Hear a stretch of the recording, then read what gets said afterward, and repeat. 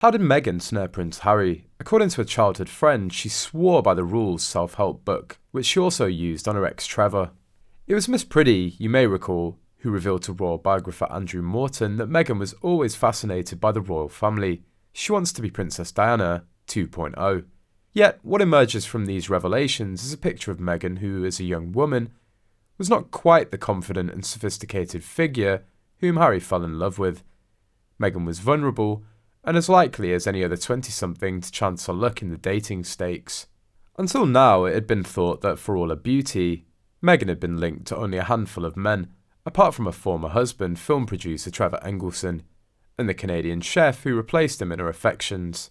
There had been the boy with whom she shared a first kiss, a high school sweetheart, and a couple of others. None serious. But now we learn that she had a dating bible called The Rules, a self-help book aimed at women who want to marry in the shortest time possible. Meghan studied the book, an instant bestseller when it came out in the mid-90s, so thoroughly that she was able to recite passages off by heart. According to Ms Priddy, Meghan used to quote the rules all the time and really put it into practice with a number of her boyfriends. She was never without a boyfriend for more than 2 or 3 months and always striving to have someone by her side. She liked the idea of being part of a team and having a domestic life. Ms Priddy adds, any relationship that she was in, there was always an element of marriage in the back of her mind.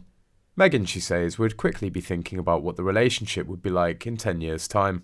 As a child, Meghan was a genuinely kind kid. She helped people out at school and became their saviour, so to speak, if they were bullied or receiving mistreatment. However, this would later change in her adult years. As Ninaki Priddy observed, Meghan made more of a name for herself. Her empathetic persona would continue to form when she'd claimed to have single-handedly gotten Procter & Gamble to change a sexist advert.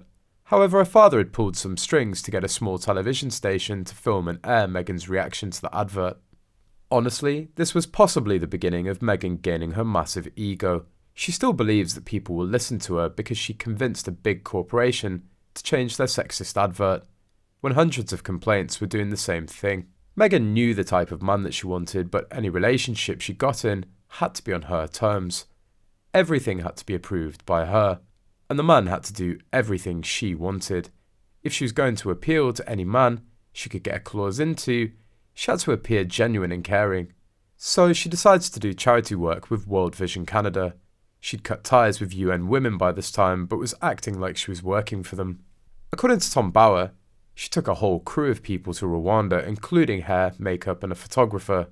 So the photos taken from that trip, which included the now iconic one of Meghan posing like Princess Diana, with the sunglasses down the front of his shirt, were a publicity stunt. The stunt was pulled to add something to a non-existent philanthropic portfolio. She'd later tell Harry about her work to empower women and a fight against P&G.